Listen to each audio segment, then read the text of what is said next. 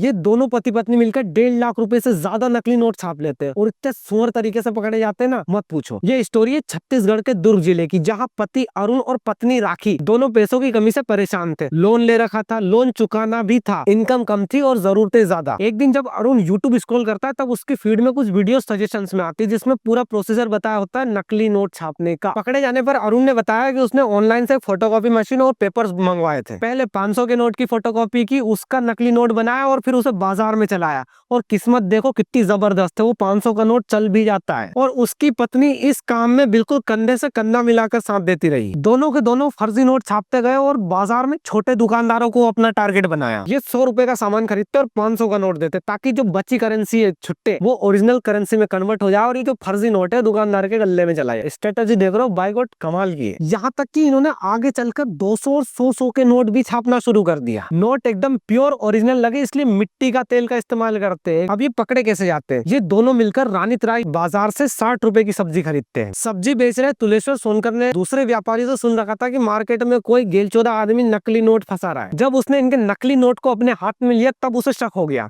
क्योंकि छपाई अलग थी और कागज भी अलग था। उसने ये बात पुलिस को बताई। पुलिस बाजार में आती है और इन दोनों को धर लेती है नकली नोट के साथ। पुलिस पूछताछ करती है और पूछताछ में अरुण ज्यादा देर तक नहीं टिक पाता और अपनी पूरी पोल पट्टी खोल देता है। यहाँ तक कि पुलिस ने इनके घर पर भी छापा मारा और इनके पास के और घर पर मिलाकर टोटल 1,75,500 नकली रुपए मिले। किस्मत देखो कितनी सुअर हो सकती है। आधे जगत में पूरे बाजार में नोट चला दिया इनने, लेकिन सब्जी वाले ने इनको धर लिया। जिंदगी भर अपनी किस्मत को गाली देंगे। मेरा तो इतना लाइफ खराब हो गया।